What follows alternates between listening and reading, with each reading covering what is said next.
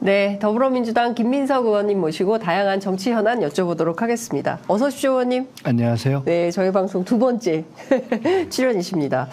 이재명 대표가 15일 만에 당무 복귀하셨는데요. 어제 첫 일성이 법으로도 펜으로도 안 되니 칼로 죽이려고 했지만 결코 나는 죽지 않는다. 이런 말씀하셨어요. 4월 총선은 일단 정권 심판 선거로 규정을 하고 그리고 공정과 혁신 공천을 하겠다 이렇게 약속을 했는데 첫 일성 어떻게 들으셨습니까? 처음에 말씀하신 법칼 언론, 네. 법 언론 칼 그거는 네. 정확한 워딩을 제가 직접 듣지를 못해서 그거는 취지는 알겠는데 정확한 워딩은 제가 네. 아직 직접 듣지 못해서 그에 대해서 또 한동훈 위원장이 또 뭐라고 한마디 했더군요. 예. 그러니까 그것은 취지는 충분히 이해가 가고요. 네. 그 핵심적으로는 결국 이제 이번 총선을 정권 심판 선거로 규정한 거지 않습니까? 네. 그것은 뭐 사실 그렇기도 하고 또 저희들이 공감대가 넓은 그러한 규정이라고 봐야죠. 네. 이제 그런 객관적인 진단과 규정 위에서 어떻게 할 것인가 하는 문제가 이제 민주당과 이재명 대표의 네. 어깨 위에 있는 거죠. 예.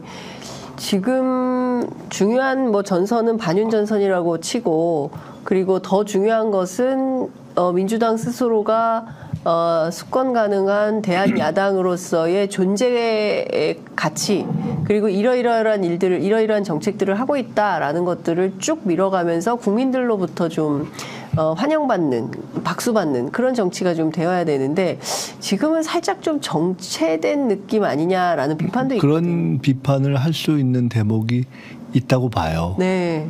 어떻게 보면은 그렇지 않았다면 그것도 참 이상하다. 예. 왜냐하면은 이렇게 두들겨 맞고 대표가 단식하고 네. 단식에도 회복을 막 하는 상황에서 또 이렇게 테러 당하고 그래서 저는 개인적으로는 진짜 이재명 대표가 다시 당무에 복귀를 개인적으로 저는 좀 더 있다 해야 되는 것이 아니야라는 생각을 제가 구체적인 그 몸 상태를 몰랐지만 그냥 짐작을 할 때 워낙 쉽지 않은 상황일 것 같아서 그런 좀 걱정이 있었던 편이에요. 그런데 어쨌든 생각보다 빨리 복귀가 된 것이고 칼을 맞은 입장에서는 그래서 그런 지켜보는 입장에서의 지지부진함, 답답함이 당연히 있을 수 있었겠다 싶고요.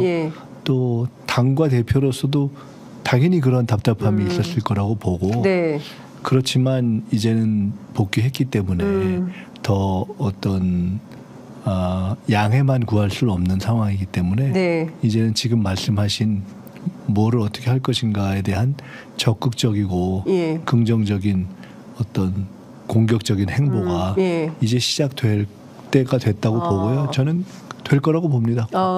적극적이고 공격적인 행보가 곧 시작될 거다. 어떤 형태로 나타날까요? 제가 가끔 이런 얘기를 하는데 이제 어차피 윤석열 때리기와 이낙연 때리기는 한국면 지나가고 있다. 왜냐하면 이제 워낙 문제가 있는 것을 국민들이 알고 또 한동훈 위원장이 대타로 임시 대타로 전면에 나섰고 했고 또 어쨌든 비판만이 아니라 지금 말씀하신 것처럼 민주당이 대안 세력이자 국민의힘과 윤석열 정부가 만들어낸 국정 위기에 대한 극복 주도 세력으로서 보여줘야 되는 거잖아요. 그러니까 저쪽이 정말 문제가 있다라는 것은 알지만 민주당에게 흔쾌히 힘을 줘야 되는 상황이 되려면 이제 그걸 보여드려야 되잖아요. 그렇기 때문에 이제 그거를 해야 할 상황인데 그것은 당연히 1차적으로는 큰 현 상황에 대한 어떤 해결책, 정책을 중심으로 하는 그리고 이제 정치적인 방향을 포함하는 그것들을 제시해 가는 것에서 시작이 되겠죠. 그러니까 지금 말씀 주신 대로 윤석열 정부의 국정 운영 기대는 많이 했지만 공정과 상식으로 뭔가 할 거라고 생각했는데 꼭 그렇지 않더라. 부정평가 60%. 이게 그야말로 콘크리트 부정평가가 딱 서 있는 이런 상황인데 문제는 그러면 민주당에게 심판할 결심을 끝내고 민주당을 찍어야 되는 왜 민주당인지 이에 대한 어떤 질문의 답을 민주당 스스로 좀 만들어내야 되는 차원에 이제 와 있는데 그 내용이 구체적으로 뭐가 될지 저희 궁금해가지고 여쭙습니다. 곧 하나하나 보여드릴 수 있다고 봅니다. 네. 제가 이제 과거에 정책위 의장을 했었지 않습니까? 네. 근데 이제 당이 최근에 여러 가지 정책들을 총선에 이제 대비해서 쭉 내놓고 있죠. 네. 뭐 간병 문제라든가 예. 또는 뭐 경로당 주 5일 급식이라든가 어떻게 보면 조금 이렇게 초등돌봄 초등돌봄이라든가 미세해 보이지만 비교적 피부에 와닿는 그 이제 그리고 너무 소확행 아닙니까? 소확행의 연장선이라고 예. 볼 수 있는 것들이죠. 예. 근데 이제 사실 그런 것들이 어떻게 보면은 제가 정책위 의장을 할 때 네. 그 당시 민주연구원 측하고 협의를 해서 요것들을 1차 준비해가면서 또 다른 걸 준비하자고 했던 그 당시에 패키지들에 많이 들어있는 것들이었어요. 그러니까 어찌 보면은 한 조금 시효가 네. 지났다고 볼 수는 없지만은 준비가 좀 일찍 됐던 것들이고요. 예. 지금은 상황이 좀 변한 예. 측면이 있잖아요. 맞습니다. 그러니까 경제 상황도 변했고 네. 무엇보다 안보 상황이 변했고 네. 또 상대인 국힘의 상황이 변했고 예. 또 우리 내부의 상황도 변했고 해서 그리고 총선이 이제 임박했기 때문에 네. 본 세트 그러니까 본 패키지 그리고 변화한 상황에 대응하는 패키지 이런 것들을 내놓을 때가 네. 저는 다시 정비해서 내놓을 때가 됐다고 보고요. 네. 그에 대한 문제의식도 충분히 있고 예. 준비도 지금 나름 되고 있고 해서 저는 아까 말씀드린 것처럼 대표가 이제 복귀했기 때문에 네. 곧 대표의 재정리를 시작으로 해서 네. 선보이게 될 거라고 보고 있습니다. 오늘 구체적인 말씀을 제가 드리는 거는 시점으로나 네. 또 제가 그걸 말씀드리는 것은 적절치 않은 것 같습니다. 셋째 출산하면 대출 원금 1억을 전액 감면해 주겠다라는 게 나오는데 이것도 의원님 정책위 의장 시절에 만들어진 공약인가요? 그것은 딱 요거를 하자라고 찍지는 않았는데 네. 그때 저희가 저출생과 관련한 패키지를 쭉 이렇게 준비했던 것에 들어있는 내용이고요. 네. 다만 저는 개인적으로 저출생 문제가 국가의 구조적인 존속에 관한 예. 그야말로 국가 어떻게 보면은 최근에 이제 민주주의 위기, 예. 경제 민생 위기, 예. 남북 관계 위기라고 우리가 이야기한 3대 위기에 더해서 네. 저출생 문제가 국가의 존속과 구조와 맞습니다. 연결되어 있는 예. 4대 위기 수준으로 저는 됐다고 보거든요. 예. 예.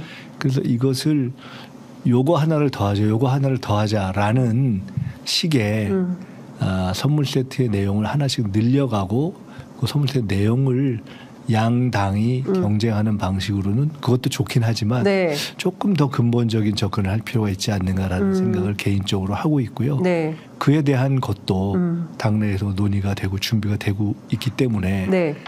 오늘 나온 그 정책을 포함해서 저출생 문제에 대한 접근법도 네. 또 곧 조금 더 심화된 형태로 나올 거다 이렇게 알겠습니다.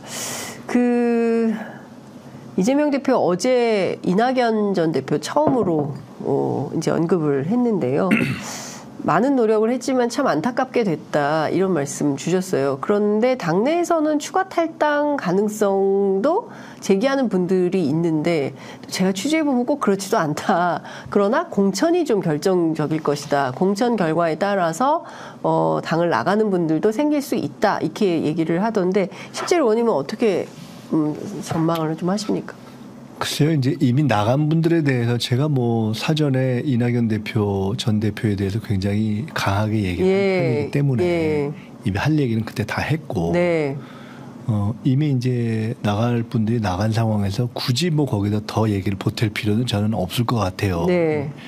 그리고 현재 상황에서는 꼭 추가 탈당 문제와 연관시킬 것 없이라도 공천을 제대로 하는 것은 매우 중요한 일이기 때문에 네. 거기서 핵심은 저는 경선을 잘하면 된다고 봅니다. 경선. 네. 그래서 경선을 두루 별 예외 없이 그리고 실질적으로 이렇게 하는 것이 중요하다고 보고요. 저는 개인적으로 전에부터 4년 전 총선부터도 얘기했는데 가령 저는 제가 2002년도 지금 현재 우리 당의 대통령 후보를 뽑는 국민 경선 5대5를 기획을 했었던 입장이고 쭉 그 발전 과정을 보아온 입장에서 이제 과거에 국회의원 공천도 관여를 해봤고요. 민주사회에 이제는 실질적인 경선에 의한 국회의원 후보를 뽑는데 경선도 이제 어느 정도 정착이 돼 있는데 지금의 과제는 그 경선을 실질적으로 만드는 것, 진짜 경선답게 하는 것이 저는 실질화, 라고 생각해요. 그게 뭐냐? 제 개인적인 해법 중에 하나는 저는 모든 지역에서 토론을 제대로 한 수기 경선을 했으면 좋겠다. 이제는 과거와 달리 예를 들어 뭐 저희 지역도 그렇고 다른 지역 한 뭐 200여 개의 선거구에서 당원들 대상으로 누구나 참여할 수 있는 유튜브를 이용한 토론을 5번이든 6번이든 할 수 있잖아요. 그렇죠. 그리고 그렇게 하면 다 걸러지거든요. 그거 갖고 뭐 억울한 애 만에 시비를 걸 것이 없어요. 저는 그 정도 하면은 충분히 지겨울 만큼 그 정보를 파악해서 실제적 경선을 하는 게 좋다. 왜냐하면 이 말씀을 왜 드리냐면 종래의 경선은 경선이긴 하지만 말은 경선, 문의는 경선이지만 동원해서 표 찍기예요. 문의만 경선이다. 이렇게 내가 모은 사람들, 상대방이 모은 사람들이 와가지고 어느 날 투표하세요 하면 전화 오면 그냥 찍기. 근데 이제 그게 좀 이상하잖아요. 매우 형식적이죠. 그리고 그거랑 상관없이 그냥 당에 대한 애당심과 애정, 그냥 객관적으로 판단해야지라는 마음을 갖고 존재하는 대다수의 당원들이 존재하잖아요. 그리고 지지자들도. 근데 현재의 국회의원 경선 구조는 당원 반, 지지자 반이잖아요. 그렇기 때문에 실질적인 그런 경선이 뭐 있어요? 과거에 DJ가 대통령 될 때 계속해서 토론을 요구했던 것처럼 실질적인 토론을 하면 되잖아요. 수구의 경선이 필요하다. 그게 없으면은 그냥 누가 많이 동원했나 그 싸움이 되는 건데 저는 그건 이제 그 단계 넘어서야 된다. 이거 당장 이번 총선 때 적용할 수 있어요? 저는 할 수 있다고 봐요. 그리고 그렇게 했으면 저는 22대 총선 때 저는 당에 그걸 요구할 생각이에요. 수구의 경선하자. 저는 4년 전부터도 그 얘기를 했는데 옛날에는 기술적으로 어려워서 못하고 돈이 들어서 못했는데 돈 들 일이 없잖아요. 그렇죠. 이제 뭐 유튜브 저희 프로그램 오셔서 하셔도 됩니다. 그러니까 한 200개를 동시에 하는 것이 100% 가능하잖아요. 그렇죠. 그것도 한 5일 동안 연속해도 100% 가능하기 때문에 그러면은 뭐 어느 날은 100명 듣고 어느 날은 500명 듣고 뭐 날짜 좋은 날은 1000명 듣고 할 수 있잖아요. 그렇게 보고 정하면 되는 거죠. 저는 이제 우리 당의 경선 과제는 그냥 어지간하면 경선 붙이고 그다음에 그분들이 실질적으로 근수를 드러나게 하는 거예요. 이게 그라운드에 올라가면 근수가 다 나오거든요. 그렇죠. 이 굉장히 그게 그냥 저는 심플하고 핵심적인 과제라고. 정말 간단하게 그리고 뭐 돈도 안 들고 얼마든지 지금이라도 당장 해볼 수 있는 경선의 햇볕 정책이라고 봅니다. 그냥 햇볕 위에 올려놓는 거예요. 그러네요. 경선의 햇볕 정책이다. 그 비명계로 통칭되는 김종민 의원이요. 이낙연 대표가 광주에 출마해야 된다. 이런 주장을 했습니다. 그런데 그 앞에 저희 프로그램에 출연하셨던 박지원 전 원장은 이낙연 대표 광주 가면 돌팔매 맞는다. 영광에도 출마 못한다. 이런 말씀 주셨거든요. 어떻게 보세요? 왜 김종민 의원 이런 얘기 했을까요? 그거는 이제 불가피한 측면이 있겠죠. 어쨌든 탈당 세력이 새로 총선에 대비해서 뭔가 성과를 내려면은 뭔가 선거제가 연동제로 되건 아니건 연동제로 된다 하더라도 지도적인 인사들이 그 비례만 넘본다 하면 너무 없어 보이기 때문에 지역을 돌파하는 뭔가 파괴력을 보여야 되잖아요. 근데 사실은 길이 뭐가 있겠어요. 수도권 아니면 호남이기 때문에 적어도 그런 구심을 누가 해줘야 된다라는 그런 자연스러운 요구일 거고요. 근데 당사자들로서는 굉장히 선택하기 고통스러운 이제 그런 당혹스러운 요구일 수도 있고 나오는 것이 자연스럽고 요구가. 근데 당사자가 과연 그 길을 선택할지는 지켜봐야 하고 뭐 박지원 전 원장님처럼 뭐 어디 나가도 이럴 것이다 저럴 것이다. 제가 굳이 그 평가는 안 해도 될 것 같습니다. 네, 알겠습니다. 사실 지금 나간 분들이 가장 많이 비판하는 게 이재명 대표 사당화하지 않습니까? 뭐 개딸 뭐 전체주의 뭐 이런 주장도 하긴 하는데 조정식 사무총장의 당무 사유화까지 이루어지고 있다. 민주당의 당내 민주주의는 사라지고 있다. 이런 비판은 어떻게 보세요? 근데 이제 정치라는 게 비주류의 입장에서 이미 이제 탈당을 했기 때문에 비주류라고 보기도 어렵지만 비주류의 비판은 끊임없이 경청해야 되지만 또 한편으로는 끊임없이 시비를 거는 측면이 있는 거잖아요. 그런 각도에서 본다면은 사실 오늘도 아침에 누가 그런 얘기를 하고 제가 들었는데 정말 그러네 이랬는데 흔히 친명계의 원외 새로 출마자의 핵심이라고 하는 분들이 대부분이 지금 많이 어렵잖아요. 강위원 광주, 또 세종 이경, 또 성남 현근태, 또 누군가요? 또 누가 한 분 안 된 것 같은데 한 서너 분이 지금 이미 그렇게 사실상 낙마 비슷하게 했던데 장 무슨 찬? 장의찬인가 광주에 장의찬 있었잖아요. 이미 그렇게 좀 그런 핵심에 해당한다는 분들이 4명이 흔히 이야기하는 것은 비명, 반명 이런 분들보다 진짜로 그 핵심적인 분들이 이미 저렇게 출마 자격 자체가 없는 상태가 됐잖아요.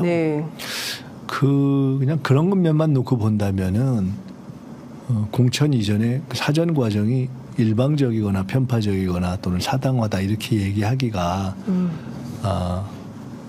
뭐 그렇게 그래도 그렇게 주장할 수는 있겠지만 그런 반대의 사례들을 놓고 과연 그렇게만 이야기할 수 있을지 좀 되물을 대목이 있다. 그리고 조정식 총장에 대한 얘기 당무 사유화라는 거는 뭔 얘기인지 그러니까 정확치가 않아서 잘 제가 설명할 입장은 아닌 것 같고요.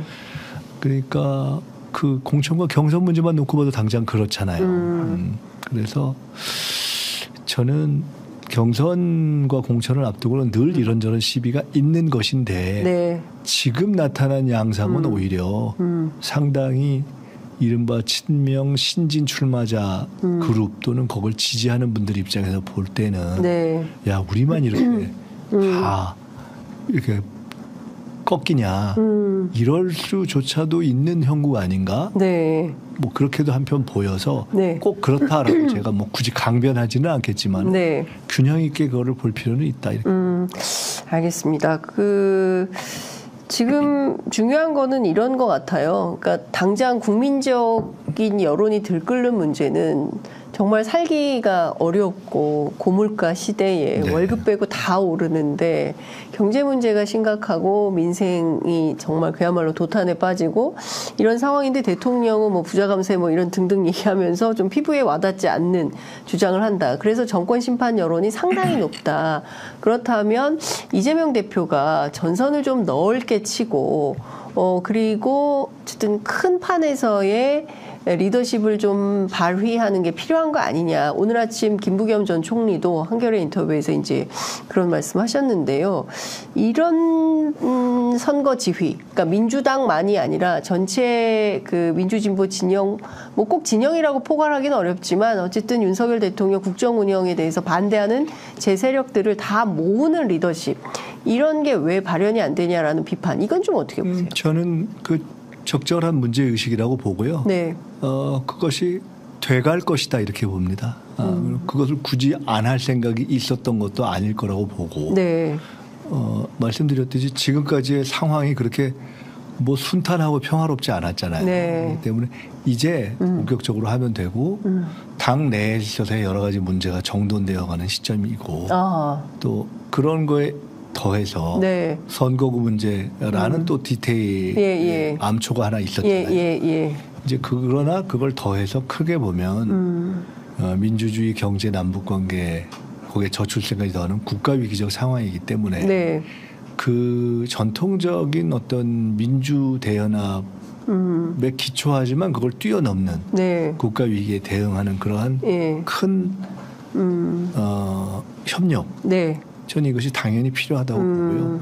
그런 방향으로 저는 당연히 갈 거다라고 보고 있습니다. 민주당이 어디까지 손을 잡아서 연대 전선을 넓혀야 된다고 보십니까?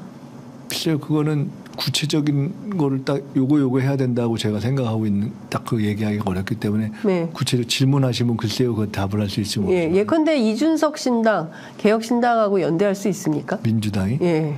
그거는 굳이 그럴 필요가 있을까요? 없다. 예, 그것은 정체성도 맞지 않고 그것은 결과적으로 국민들이 볼 때 아유 윤석열 정권하고 조금 다른 쪽에 하여간 힘을 보태줘야 되겠다 해서 알아서 찍으시는 거는 그건 선택의 문제고 정체성이 다른 정치 세력이 연대라는 방식으로 가는 것은 맞지 않을 거고요.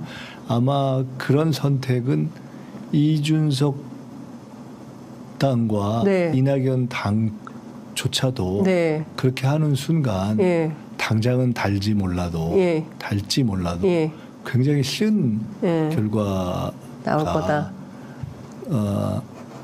내지는 과정을 다 감수해야 될 것이 많아서 그렇게 갈 수 있을지에 대해서는 저는 좀 갸우뚱하는 편입니다. 아, 이낙연, 이준석 연대도 쉽지 않은데 쉽든 말든 필요하면 하실 수 있겠죠. 어차피 정치 거기가 꼭 원칙으로 지금 출발한 정치 세력은 아니기 때문에 그냥 임시 변통의 필요에 의해서 출발한 거기 때문에 모든 걸 다 할 수 있다고 이미 스스로 얘기를 해서 이미 정체성이나 원칙에 입각한 정치를 하는 건 저는 아니라고 보기 때문에 하실 수 있겠죠. 근데 그러면 지금까지 답하지 못했던 굉장히 많은 새로운 질문들이 등장할 것이고 더 답하기는 어려워질 것이다. 결과가 그것이 플러스가 될지 말지 그거는 본인들의 선택이다 이렇게 봅니다. 예, 알겠습니다. 정의당은 어떻게 해야 됩니까? 정의당이 선택을 하지 않겠어요? 정의당은 정의당의 선택을 존중한다. 네, 알겠습니다. 얼마 전에 페이스북에도 긴 글 올려주셨는데요. 지금 상당히 남북 관계가 심각한 상황으로 가는 것 같아서 이러다가 정말 일촉즉발의 위기가 오는 것은 아닌가? 그리고 이미 김정은 위원장은 전쟁할 결심을 마친 거 아닌가? 그러니까 이런 좀 공포스러운 상황이 좀 도래하고 있는데 사실 대통령도 그리고 여당의 대표를 맡고 있는 한동훈 위원장도 오로지 민주당 공격에만 올인하고 있는 양상 아니냐. 좀 이게 좀 걱정되는데 의원님 이 포인트는 좀 어떻게 보십니까? 저는 이제 이렇게 봅니다. 첫째는 지금 상황은 비유한다면 김대중 전 대통령이 북핵 1차 위기 때 일괄 타결을 제시했던 정계 은퇴 상황에서 그런 얘기를 했죠. 그 정도로 비상한 문제의식을 갖고 봐야 되는 상황이고 두 번째로는 실제로 객관적으로도 한반도 관련한 국내외 전문가들이 한국전쟁 이후에 가장 위험한 실제 상황이다라고 진단을 하고 있는 상황이고 저는 공감을 하고 있고 세 번째로 지금 상황은 민주주의, 남북관계, 경제위기 등을 핵심으로 하는 이 국정위기 가운데 아까 소확행 말씀하셨지만 통상 최근에 소확행으로 접근했던 그런 국면과 달리 남북관계 평화, 민족적 위기, 전쟁과 평화를 가름하는 그런 위기가 가장 제일 중요한 이슈로 맞습니다. 등장하는 저는 그러한 국면이고 실제 정치가 그것을 인식해야 된다고 봅니다. 그리고 그것이 정치가 이야기하기 상당히 부담스럽고 국민들에게 상당히 불편함을 줄 수 있는 과제라 하더라도 정치가 갖는 현실에 대한 냉정한 진단과 선지자적인 예견 이런 기능에서 본다면은 저는 그것을 솔직하게 얘기해야 될 때다 이렇게 보고요. 그리고 그러면 어떻게 할 것인가라는 점에서 보면은 지금은 남북 관계가 우리가 가령 이제 낮은 단계로부터 높은 단계로 여러 가지 과제가 있지 않습니까? 그러니까 냉전의 해소, 전쟁의 방지, 교류 협력, 평화 통일이 있을 수 있는데 교류 협력이나 평화 통일은 그야말로 다른 문제고 지금은 핵 억지 또는 전략적인 억지 보다도 예를 들어 그것은 하더라도 더 중요한 핵심 과제는 국제적 충돌의 예방이다. 맞습니다. 거기에 모든 역량이 집중돼야 되고 그것과 관련된 정책적 과제는 전시에 조차 있는 한 라인이 모든 한 라인의 형식이 지금 완전히 붕괴되어 있는 최초의 전무후무한 상황입니다. 전후에 한국전쟁 이후에 그러니까 이 군사 합의가 무너진 것은 차치하고라도 그보다 훨씬 더 기본적인 군사 합의가 있기 전이라도 있었던 수준의 한 라인도 없는 상황이어서 이 상황을 그대로 방치하는 것이야말로 저는 무능이라고 봅니다. 이거는 남북을 떠나서 무능이고 무책임한 것이다 이렇게 보기 때문에 아까 김정은 위원장에 대해서 이제 말씀하셨는데 김정은 위원장이 최근에 일종의 동족 부정론, 그다음에 주정론 얘기한 것은 저는 옳지 않다. 그러니까 다만 옳지 않다고 보고요.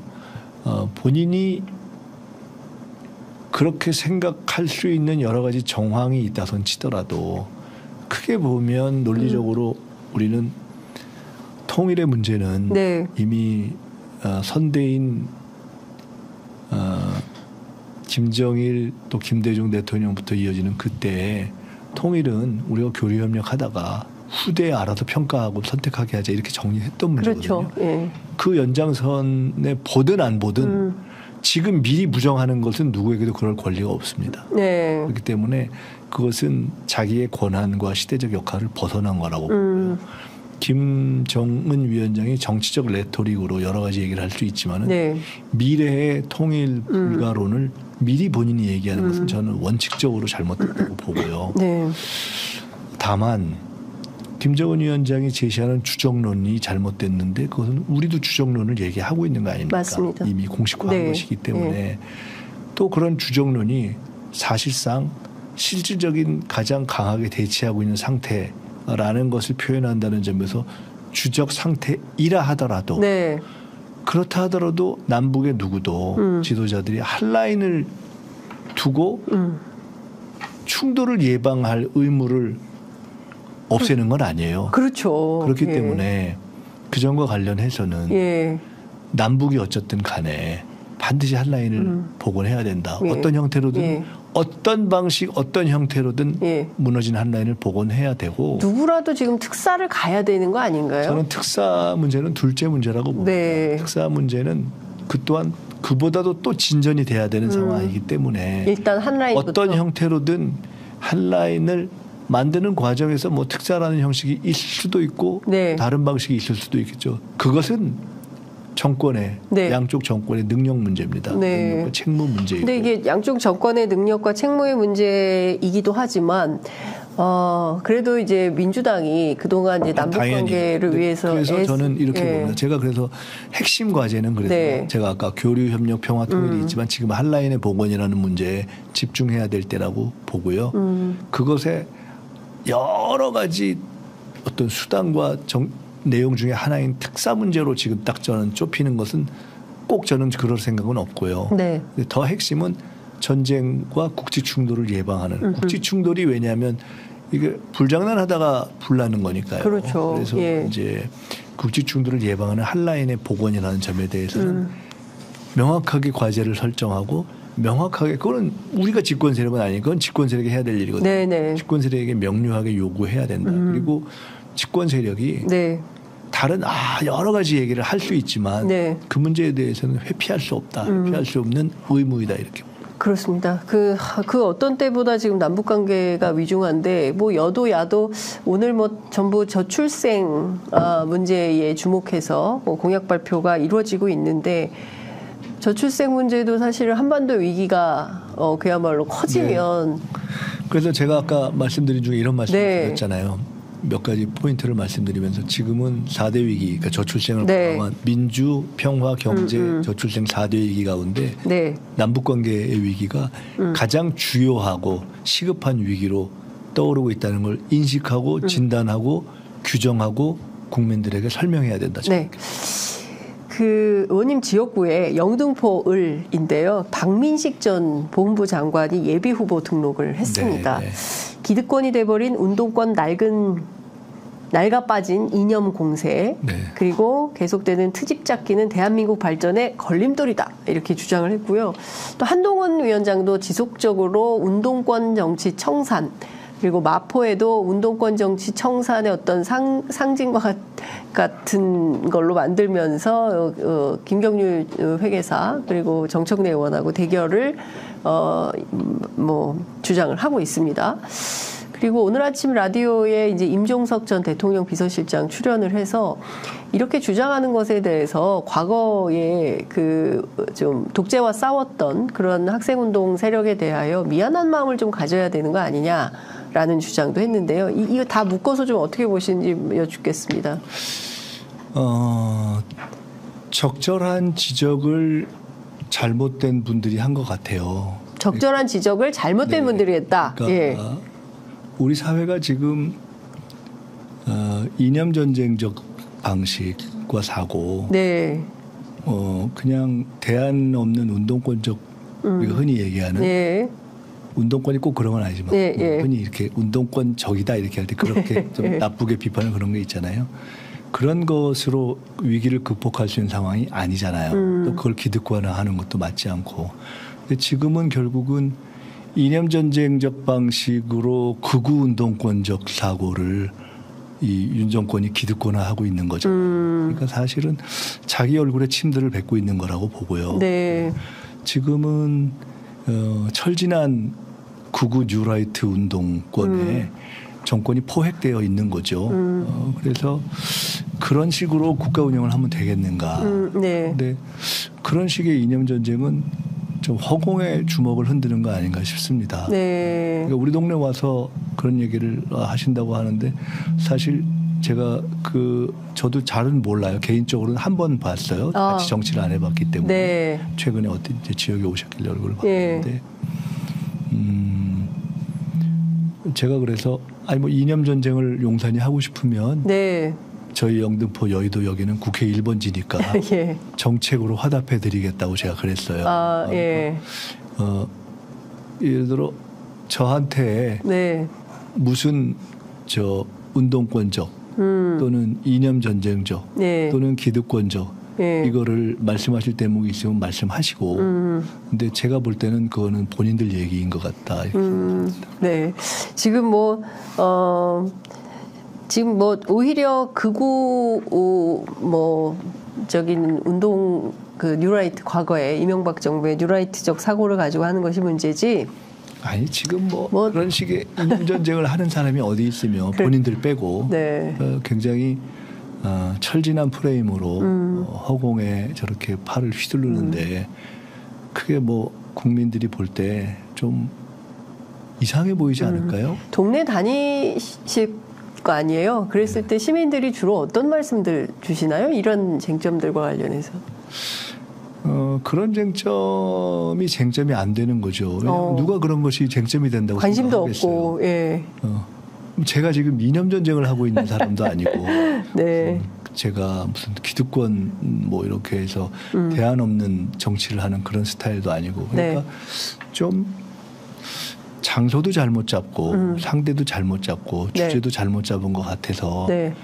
결국 그러면 이제 사람들이 관심이 없는 거잖아요. 그러니까 전혀 관심 없는 이슈를 들고 나온 거죠. 네, 알겠습니다. 시간이 다 돼서 끝으로 꼭 하시고 싶으신 말씀 한 말씀 듣고 마무리하겠습니다. 제가 처음부터 말씀드렸지만 저는 지금 국가 위기 상황이라고 봅니다. 네. 그리고 이 국가 위기를 극복할 수 있는 유일한 세력이 민주당이라고 보기 때문에 민주당이 사명감을 갖고 여러 가지 이제 어떻게 할 것인가를 정리해서 네. 밝혀야 된다고 보고요.